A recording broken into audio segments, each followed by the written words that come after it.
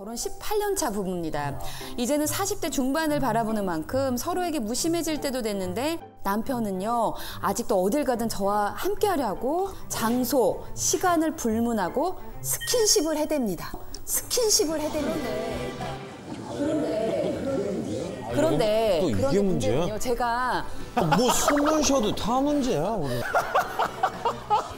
한 문제가 이렇게 들어보세요. 많아. 제가요, 권태기가 찾아왔는지 이런 남편이 가끔은 부담스럽고 귀찮습니다. 남편이 귀찮아지는 이 상황을 어떻게 극복하면 좋을까요? 라고 해주셨습니다. 어디 오셨는지 한번 손 한번 들어주시겠어요? 하면 우리 남편분 아주 스킨십 좋아하시게 생겼어요.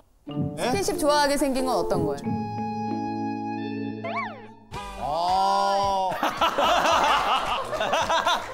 안경으로 단단히 봉인해 놓고 계시네. 남편분이 애정 표현을 하신다고 말씀해 주셨는데 네. 어느 정도 이제 좀 자세히 설명을 좀 해주세요. 제가 만약에 설거지를 하면 이렇게 지나가면서 이렇게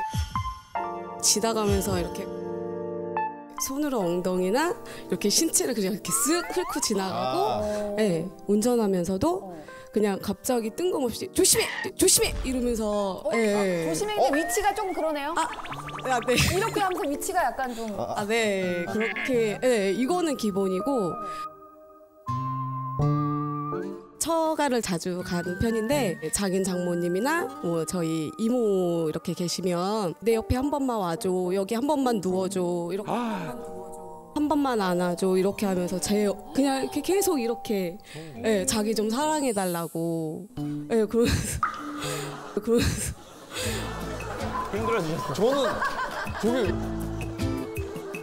자랑인 것 같긴 한데 그래요? 그게 근데 귀찮다고 느끼신 게 언제부터인지. 최근에 많이 좀 심해졌는데 저희가 아이가 셋이 있고 아이들이 어느 정도 크고 저는 이제 제 시간을 보내고 싶은데 차 수리나 뭐 이제 워셔액을 넣는다던가 마트 가는데도 같이 가자 그러고.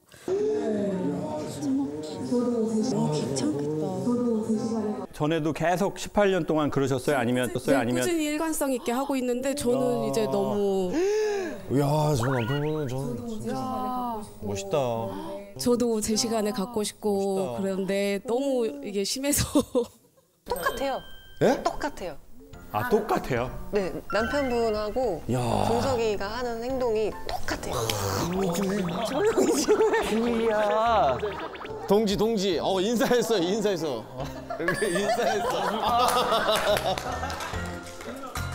혹시 외국 생활을 조금 아니요. 교포 아니에요? 교포? 토종입니다. 아니, 지금 목소리로 들어보니까 나주 쪽에서 오래 계셨던 것 같습니다. 더 밑에. 더 밑에 어디입니까? 전라도 왕도가. 완도. 야, 완도. 솔직히 좀 자녀들한테는 미안한데 자녀들보다 이 사람이 저한테는 1번이기 때문에 그 스킨십.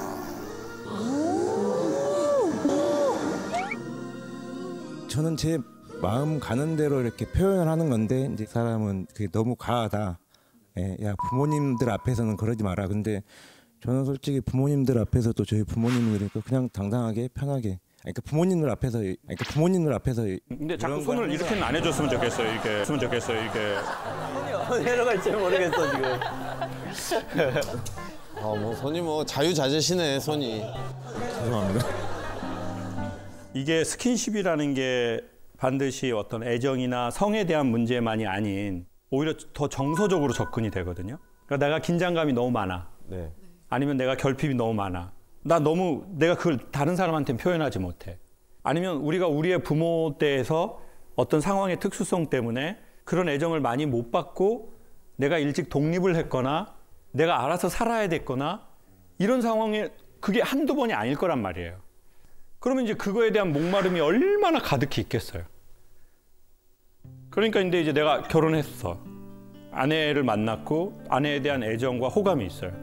그래서 저는 그런 것이 있는 것이 아닌가. 그렇지 않다면 호르몬 치료가 시급하다. 남편이 이렇게 아내분이 이렇게 설거지할 때 뒤에서 이렇게 하는 것처럼 뭐 길거리 계단 지나가면서 그 쇠봉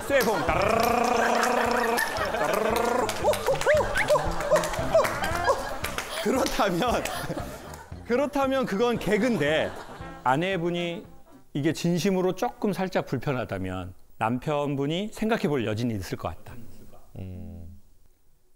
왜냐하면 사랑은 열정보다는 예의에 가깝기 때문에. 내가 이렇게 나는 정말 애정해서 사랑해서 했는데 아내가 나는 조금 이렇게 좀 이 선을 지켜줄 수 있어. 나도 당신하고 그런 게 좋은데. 그렇다면 남편 입장에서 한번 생각해 볼 수 있진 않을까. 그래도 일단은 정말 이런 사연은 강연 20년 만에 처음이네요. 오늘 약간 10만이가 된 것 같은 느낌이에요. 이랬거나 저랬거나 남편분도 아내분도 복 받으신 것 같습니다.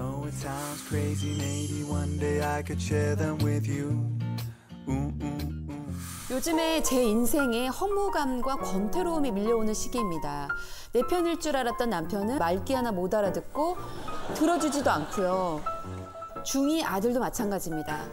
통금 시간, 학원 가는 거, 공부하는 거 제가 무슨 말을 해도 못 알아듣는 것 마냥 전혀 지키지를 않아요. 차라리 혼자 살고 싶다는 생각이 들 정도랍니다. 제발 말 안 듣는 저희 남편이랑 아들 좀 혼내주세요 라고 보내주셨습니다. 혹시 주인공분을 또 만날 수 있으면은 저쪽에 계신다. 안녕하세요. 안녕하세요. 가족이 어떻게 되세요? 이렇게 남편과 아들 이렇게 셋이세요? 일남이녀. 일남 일녀. 일남이. 네, 아들 딸. 딸이 있어요. 그걸 어떻게 헷갈리실 수가. 아니 근데 솔직히 다들 웃으시지만 아내분이 막 진짜 답답하고 막 이게 네. 저는 느껴지긴 해요. 근데 사실 아들이 더 심각한 게 아들이 엄마한테 못생겼다 그랬어요? 못생겼다 그랬어요?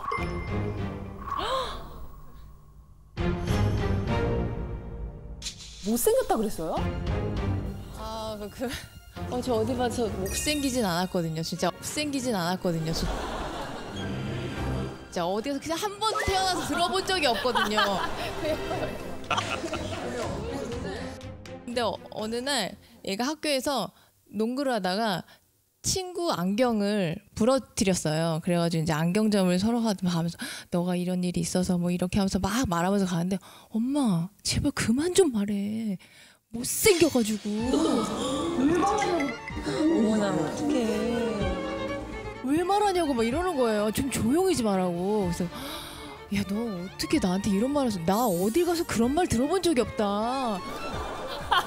그런 사연이 한 번 있었고 학교에 제가 임원 이런 거를 좀 하는 걸 좀 좋아해가지고 중학교 작년에 갔을 때 한번 해주고 싶어가지고 하려고 그랬더니 절대 학교 오지 말라고 학교 오기만 해보라고 못생겨가지고 못생겼다고 아이고.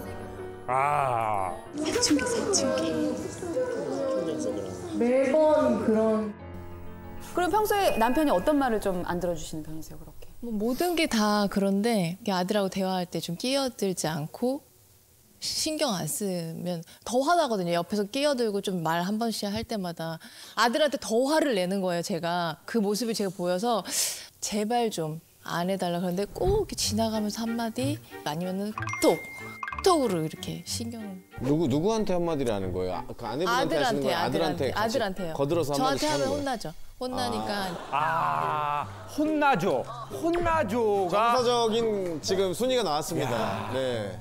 혼나조는 요즘에 유치원도 많이 쓰지 않는. 아니, 우선은 그 부분에 대해서 이제 와이프가 당부를 계속 많이 하긴 했었어요. 이제 훈육을 할 때 이제 남편의 입장에서는 좀 들어주고 아들을 좀 토닥토닥 해주길 바라고. 역할 분담을 하자고 말씀하신 거예요. 그랬는데 옆에서 이제 지켜보다 보면은 이제 중2고 그 친구도 이제 사춘기다 보면 약간 예의가 선을 왔다 갔다 하는 때가 있어요. 수위가. 그럼 아빠로서 좀 가만히 지켜보기도 좀 애매하고 말하다 보면 언성이 높아지고 또 이 친구도 저한테 이제 한마디 하면은 거기서 또 서로 오고 가고 감정 상하게 되고 그걸 또 중간에서 보면은 와이프는 또 되게 힘들어하고 그런데 저도 이제 순간적으로 감동이 또 이렇게 복받쳐 오면 또 하게 되고 화가 나니까 또 카톡으로라도 좀 하게 되고. 아니 혹시 이런 사건들을 스스로 그 해결해 보려고 이야기해 보신 적은 없으세요? 매번 자주 얘기는 하는데 얘기가 안 되니까 해도 똑같은 상황이 매일매일 반복되니까 이제는 도와달라는 말도 하고 싶지 않고 전혀 이제 말도 안 통하는 것 같고 집에 들어오면 정말 쉬고 싶은지 아무것도 일도 하지 않아요. 전혀 도와주지 않고 왕자님 하나. 여기 공주도 있어요. 근데 남편분은 이런 상황 알면서 좀 이렇게 아내분 말을 좀 들어주시면 어떨까 하는데 왜 안 들어주신 이유가 있을까요? 들어주려고 많이 노력을 하는데 그러니까 이제 사회생활하고 들어와서 민감하다 보니까 거기서부터 어느 순간부터 되게 많이 어긋나 온 것 같아요. 이제 계속 멀어지고 그러다 보니까 저도 제 의견을 표현을 하면은 무조건 좀 묵인을 하고 그래서 이제 제가 거기서 반박을 하면 또 이제 싸우게 되고 또 이제 중2 아들도 그거 못지않게 또 걷다가 이제 더 하니까 이 친구가 많이 좀 슬럼프가 온 건 사실인 것 같아요. 그래서 요즘에 좀 저도 변하려고 해서 요게 나오기도 했고 그래서 뭐 선생님이 많이 조언해 주시면 오늘 좀 듣고 반성하려고 합니다. 요번에 여기 나가서 이런 이야기를 해서 선생님 조금 혼내주시면 좀 말을 들을까? 그런 생각에 제가 텔레비 보다가 갑자기 이렇게 신청하게 된 거예요. 안 혼내주시면 안 될. 안 혼내주시면 안 될.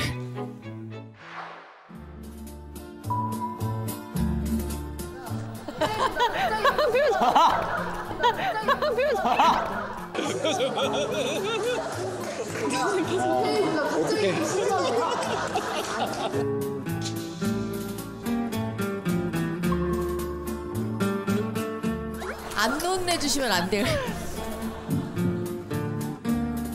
한번 일단 혼내주시고 시작을 해보시면 어떨까? 나가. 나가. 아니 근데 참 이게 그런 것 같아요. 정말 남자 입장에서는 만약에 밖에서 일을 한다면 예를 들어 이제 방청객분들은 오늘 부부끼리 어떻게 보면 데이트하러 오신 거고 초대 손님이든 저든 보통 이제 일을 하는 거잖아요. 긴장 안 한다 하지만 긴장 안 할 수 없고 신경 안 쓸 수가 없잖아요. 그러니까 이게 똑같은 장소에 있어도 계속 이제 남자분은 이제 밖에서 하면서 이게 뭘 막 돌리실 거 아니에요. 어떤 업무 하세요? 저도 뭐 지금 사람 가장 많이 영업 관련된 일 하고 있습니다. 야, 힘들겠다. 발로 뛰는 직업을. 그러면은 이 영업이라는 게 철저한 성과고 사무실에 가면은 저 바둑판 같은 거 올라가 가지고 뭐 이거 보이고 또 뭐 왜 이렇게 사람 관리 못하냐 퍼포먼스 왜 이렇게 못 내냐 정확하십니다. 이거 계속 이렇게 되면 장담 못해. 나가야죠. 그럼 나가야죠. 이게 막 계속 성과를 내야 되고 오디션을 봐야 되고 아무리 프로고 아무리 로얄이어도 이번 시즌에 잘못하면 무슨 수석이 왜 그래? 수석 바꿔 차석으로. 그러면 마음에 이거 얼마나 내가 그래요. 내가 수석이었다가 다시 내가 다른 배역 받는 거 정말 마음이 어마어마하게 힘들걸요. 진짜 마음이 넉넉하지 않으면. 충격이지. 그럼 뭐 진짜 사냥감처럼 막 이러다가 이제 집에 오면 좀 당연히 이제 남자 입장에서는 힘들었지. 그냥 옷 대충 거기다 놔. 그냥 놔. 그냥 뒤지면 돼. 그냥 놔. 이러면 좋겠는데 좀 이렇게 내가 몇 번을 말해. 내가 대단한 걸 도와달라는 게 아니잖아. 내가 그렇게 큰 걸 바래? 지금 애도 그러는데 자기까지 그래. 나를 도와줘야지. 한두 번이 아니야. 나를 이렇게 나쁜 여자 되는 게 내가 더 정말 기분이 안 좋은 거야. 나 이렇게 왜 나를 나쁜 여자를 만드냐고. 똑같았어요. 똑같아요? 네. 똑같아. 저 빙의했나 봐요 지금 순간. 무서워요. 그러다 보니까 이제 남편분은 또 들어보면 저 말이 맞긴 맞는데. 내가 또 좀 신경을 썼어야 되는데 나도 힘든데. 이 정도는 좀 너끈히 받아주면 안 되나? 뭐 이렇게까지 빡빡하게 해야 되나? 맞습니다. 그래서 저는 이 이야기를 소개하고 싶은데요. 거울은 먼저 웃지 않는다. 내가 웃지 않았는데 거울 안에 있는 그게 나를 보고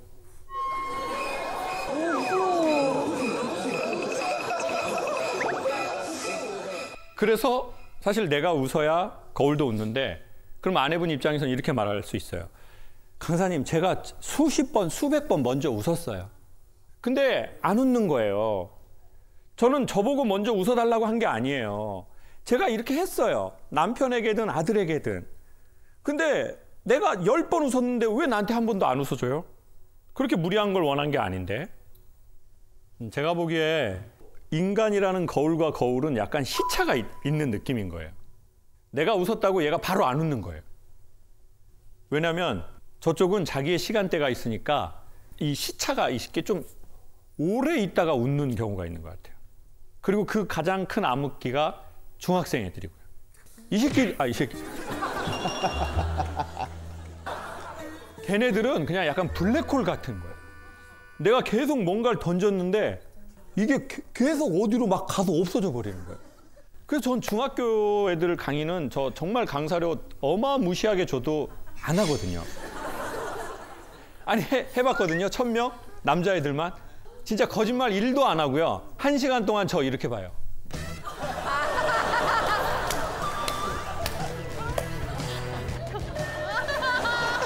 뭐야?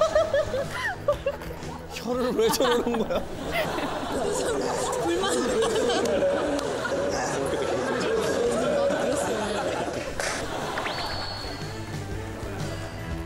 눈은 날카롭지만 어디를 보는지 모르겠어요.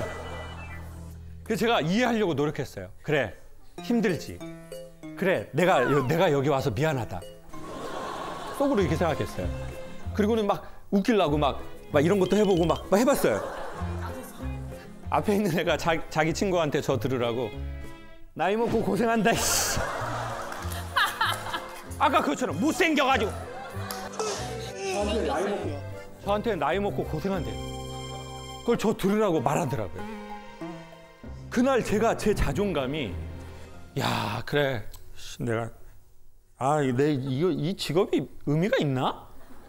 남들한테 도움되는 걸 해야지 뭐 애들이 와서 따분하다고 생각하고 지루하다고 생각하고 이게 막 한 몇 주를 가는 거예요. 이 떨어지는 이게. 근데 제가 보기에 이제 이 애들은 딱 이 시기가 가장 그 피드백이 안 오는 시기. 그러니까 이게 참 아내의 그 마음을 남편이랑 아들이 내가 웃으면 바로 웃어주면 너무 좋은데 진짜 대단히 큰 걸 바라는 게 아닌데. 그래서 뭐 이거를 올드하게 일방적으로 뭐 아내 되시는 분들한테 아유 뭐 자식이랑 남편이랑 그렇게 뭐 잘 해주세요, 참으세요. 전 이런 말을 솔직히 하고 싶지 않아요. 근데 지금 너무 고마운 건 남편분이 이걸 인정하고 있다는 걸로도 참 일단은 전 고마운 것 같아요. 제가 만약에 친정 오빠라면 야 그래도 박서방이 자기가 잘못한 거 다 인정하고 알더라. 대한민국에 좋은 놈 나쁜 놈이 있는 게 아니라 인정하는 놈 인정 안 하는 놈이 있는 거다. 근데 인정하잖아 박서방이. 자기가 그렇다는 걸. 참 그걸로도 너 복이다. 물론 더 큰 복이 있었으면 좋았겠지만. 잘 나가시다. 그래도 박서방처럼 인정하는 남자 많이 없다. 그리고 혼나겠다고 그 말 듣겠다고 다른 남자랑 자기 아내랑 찾아가는 남자도 그것도 많지 않다. 그러니까 네가 너무 아들하고 남편한테 바로바로 피드백 받는 거 조금 내려놓고 좀 너 좋아하는 거 좀 해라. 이렇게 뭔가 이야기를 좀 한번 해보고 싶어요.